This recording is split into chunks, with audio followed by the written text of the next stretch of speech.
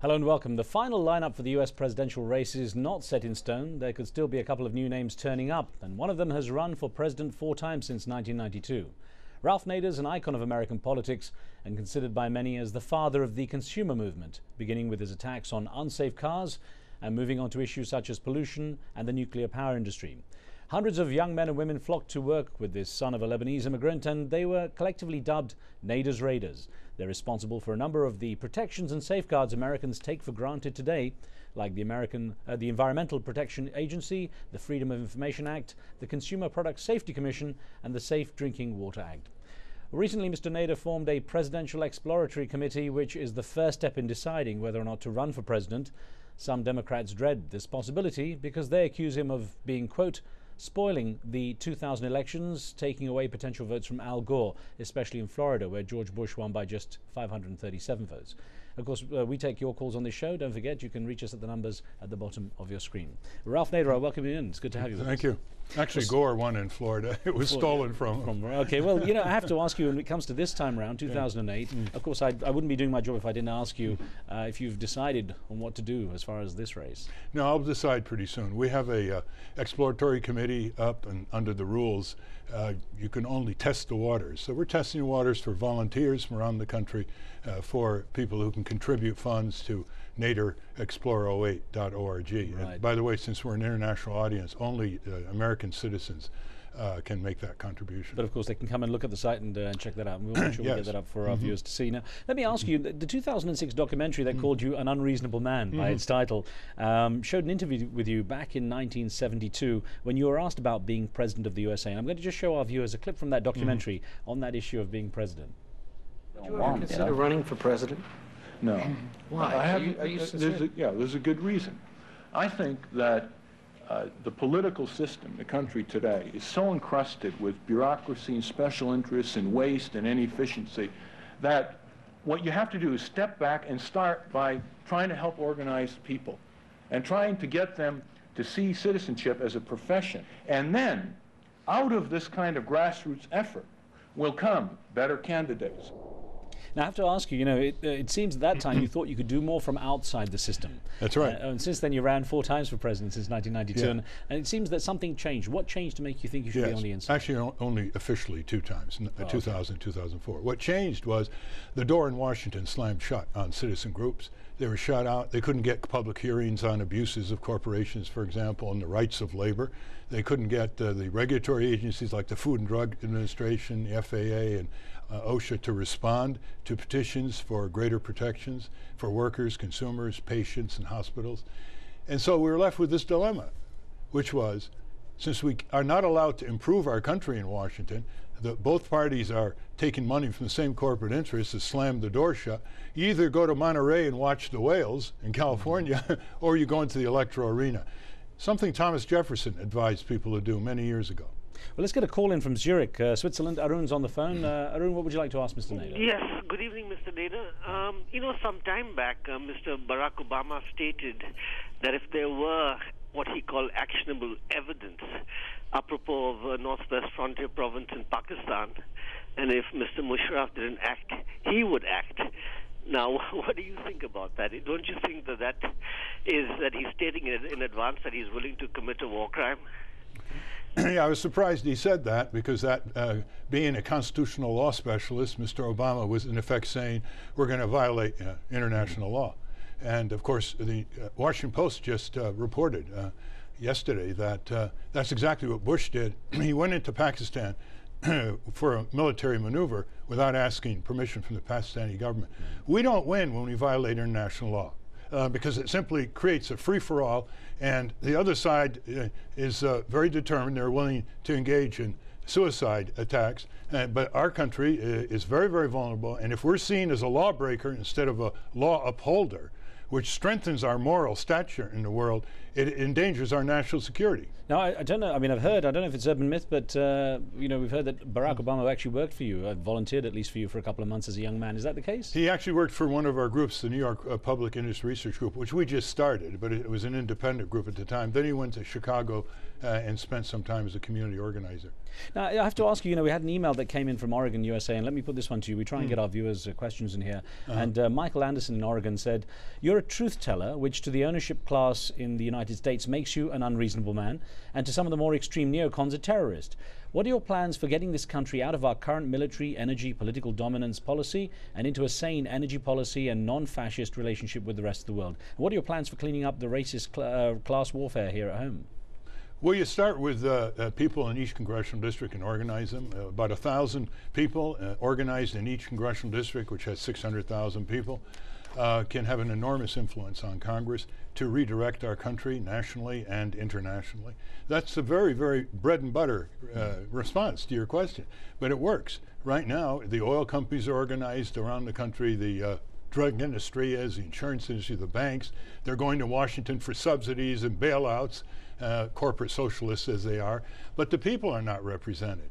And so it really, there's no luck charm here. You have to organize people in each district, and that's one of the things is being talked about in our Nader Explore08.org. It says if we get 1,000 people organized and then linked to one another throughout the country, we can make sure that Congress does not allow the president to declare war. We can make sure that Congress does not have globalization trade agreements that ship industries and jobs over to countries that diminish the rights of workers and send contaminated products back to the U.S., as China has done. When you talk about possibly being a presidential candidate here, when it comes down to actually running for the presidency, are you worried about what happened last time in 2000 when you were considered a spoiler and we mentioned at the beginning of the show taking votes away from Al Gore? We had an email that came in from Randy in Georgia here in the USA, and I put it in this form. He says, the consequences of your actions have contributed in a very direct way to the empowerment of the neoconservatives in America, in particular the Bush presidency. I hope and pray that the right wing in this country does not once again benefit from Ralph's self-destructive participation as they did in 2000. That's amazing. Freedom, choice, diversity, democratic competition in elections. I guess they don't like that, except when it comes on the other side. Like they like Perot because he helped Clinton win. They like Buchanan because he challenged the Bushes. No, we can't operate this way. First of all, it's quite clear that the Democrats should have been landsliding the Republicans. If the Republicans are so much anti-worker, anti-environment, anti-consumer, the big corporate patrons, why are they winning? Because the Democrats are dialing for the same dollars. They've forfeited their soul. And so they got to look in the mirror and begin examining themselves. I think in our history, the little parties like anti-slavery and women's right to vote in the 19th century and farmer and populist workers, you know what they did? They never won a national election. They pushed the two parties to be more responsive for the good of the people. And Randy and others who have this mindset really have to ask themselves, they don't want to be in the tradition of censorship, of political bigotry that tells people, don't speak, don't write, don't print that, don't run, don't vote. We need more voices and choices. I want to get another part of Randy's email. He wrote more stuff, and in another part of his email, Randy wrote in saying, you tell us with a straight face that there's no difference between Republicans like George Bush and Democrats like Al Gore. You're clearly out of touch with reality. Do you think that Gore would not have handled things any better than Bush over the past 7 years? I never said there's no difference. See, that's another distortion. I said in the last 25 years, the similarities between the two parties, military budget, Treasury Department, Department of Agribusiness, Food and Drug Administration, too, tower over the dwindling differences they're willing to fight over, Republican, Democrat. But you see, they take that and they say, oh, there's no difference. There is a difference on Medicare. There is a difference on gay lesbian rights. There is a difference on civil liberties. But overall, the two parties are becoming more and more alike, and becoming more and more alike, they've allowed Washington to be taken over by the giant corporations. Now, if that's the case, and you were in the White House, how could you do business any differently? If they're so powerful, if they've got everything tied up and they have their people in place, it's not like you can have a clean sweep and really change things from the ground up. If you connect with the people back home, you can do that. If you're authentic, if you have a sense of urgency about the state and declining state of our country, internally as well as externally, it's a matter of willpower. It's a matter of being what James McGregor Burns, the scholar, called transforming leadership, not negotiating leadership, not concessionary leadership. I know how to get things through in Congress if I have a hearing, and so do a lot of citizen groups. But if they're shut out from having a chance to be heard, they can't get anything done. And that's what we have to do. We have to unlock the door in Washington, D.C. to the people. Well, who would you have in your cabinet? I mean, you're legendary for being a speed reader, 18 hours a day, 7 days a week. Who's going to keep up? Well, there's a lot of good people, in the cabinet. A lot of them aren't very well known, for example, but there are a lot of good people. Could you find people without the kind of baggage that's really been dividing people between the Democrats and Republicans? Oh yeah, people basically who have one thing on their minds, that's the good of the people. They're not bickering, they're not fighting among each other over trivial intra-party things. They're not spending their lives dialing for corporate dollars instead of trying to mobilize people on authentic issues. Let's get Abdul on the line from Nigeria. Abdul, what would you like to ask? Actually, my question is an Obama issue. And do you think Americans are ready for Black American, African American president? Do you think they're ready? Americans are ready for an African American president? A black It president? seems that way. Yes. In fact, in Texas, in Wisconsin, Obama just got 58% of the white males. I mean, that is quite a surprise, and I think he has succeeded in that respect. But you know, Obama, in many ways, is a conservative. And he has not opposed nuclear power, for example. He wants to expand and modernize the military. I mean, which is towering above the rest of the world in terms of destructive weaponry and so on. So it's sad in a way because it's the first African American who has a good chance to win the presidency, and he's not taking on the power brokers. Now I wonder, you know, you've obviously made a name for yourself as a Yeah. consumer advocate. You've got a huge reputation in that way, and immigration is a huge issue in the U.S. To what extent do you think, being the son of immigrants here, Lebanese immigrants, has instilled in you that sense of wanting to stand up for the little guy?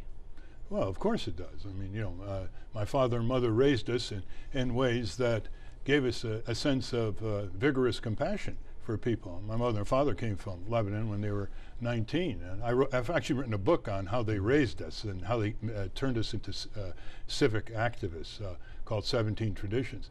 But I think I take the immigration thing from a broader scope. First of all, if we stop supporting dictators and oligarchs in Central and South America, the desperation of people to go north to feed their families would be severely diminished. So we cause that kind of push north. Then we allow these corporations to be a magnet in America to bring and hire these people in order to drive down wages in our country and exploit these immigrants. And I think the other thing is we should stop brain draining the rest of the world. This idea when we say, gee, you know, all these third world countries in Asia, Africa, and Latin America, they got to develop their economies. And then they say, oh no, but we want their entrepreneurs, we want their doctors, we want their scientists, we want their engineers, we want their nurses, as we brain drain the rest of the world and not train the deprived people and youngsters in this country to take these skills. Let's see what Mohammed in Saudi Arabia has to ask. Mohammed, go ahead. Thank you, Riz. Okay. What I'd like to ask Mr. Ralph Nader, since he's so successful at organizing grassroots movements, what kind of advice does he have for us in the Muslim countries where we can improve the rights of women and also that we can further the cause of democracy in the Muslim world? How should we organize ourselves to do that? Okay, thanks, Mohammed. That's a very good question because, you know, they're autocracies, authoritarian regimes, and the best way to do it is to support, for example, the health and safety of children. And if you do that, you also expand the health and safety of adults. To deal with environmental issues, which are not seen as a direct confrontation with the ruling regime. To deal with issues of imports that are coming into these countries, like Saudi Arabia has been a long time dumping ground for defective products, contaminated food. Just dump it into Saudi Arabia. That's been going on for decades. That's another way to begin to organize people without being seen as a challenge to the regime. And in the process, the whole society begins to move forward. Do you get a sense there, before we get to our caller, do you get a sense there is a will to change around the world? Or do you feel that people have been locked out by America's imposed democracies? Well, I think that's the problem, that Bush is talking out of both sides of his mouth. He talks about pro-democracy. He impairs it seriously in our country, and he supports dictators and other regimes if it's to his advantage all over the world. And then when there are populist resurgences, they're labeled terrorists. They can't label them communists anymore, so they label them as terrorists. They want land reform, they're terrorists, right? They want health care, they're terrorists. They want a clean vote, and they're marching. Well, you don't want to do that. This dictator is our ally. Let's get a call in from London. Aziz, what would you like to ask? Yes, good evening. Mr. Nader often portrays himself as like a third force in American politics, neither Republican nor Democrats. But what would he say to those who who have often accused him of being the man most responsible for Bush's election in the year 2000 by actually taking votes away from Al Gore. We touched on this a little bit, but let's I guess touch on it again. See, it's an extremely simplified situation, because the difference between Bush and Gore in Florida was exceeded by every third-party candidate, not just the Green Party, number one. Number two, if you look at the dynamics before Election Day, Riz, we pushed Gore to take more populist positions, and he rose in the polls as a result. He refused Lieberman's counsel to be totally supportive of corporations. He would talk about people, not the powerful. That was in part due to our pushing him. That's why a professor at George Mason University in Virginia has concluded that the Green Party challenge to the two parties actually got more votes for Gore than we, quote, took from him. But look at the took from him. Look at the political second-class citizenship that's attached to small parties. In a lot of Western Europe, they would never say that, because they have a multi-party system, they have a runoff system.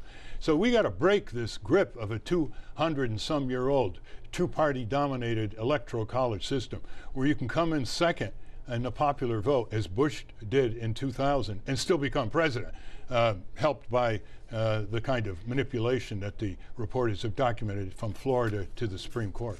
I have to get a quick question in by email that came from Lee Bartholomew. From Andy in the US. Andy in the US says, I think you're going to have a really tough time getting on the ballot for 2008. A lot of people are sick of you. You should retire from running for president and give Cynthia McKinney a chance to run with the ball. But you're still determined to go for it if you've made up your mind. Well, let many flowers bloom. We want more voices and choices. Cynthia McKinney, fine. We should break the two-party elected dictatorship, which is making a mockery of our so-called democracy around the world. You know, Jimmy Carter goes to various countries to monitor elections, and he requires each country in the third world to adhere to 5 criteria, like paper trail for the votes. And if he doesn't get those 5 criteria, he doesn't go to South America or Asia to monitor the elections. And he came back once a few years ago and he said, in the United States, they don't have one of those 5 criteria. They don't have any of those criteria. He couldn't monitor elections in this country. So relax, caller. Let's have more voices and choices. Don't be afraid of freedom, diversity.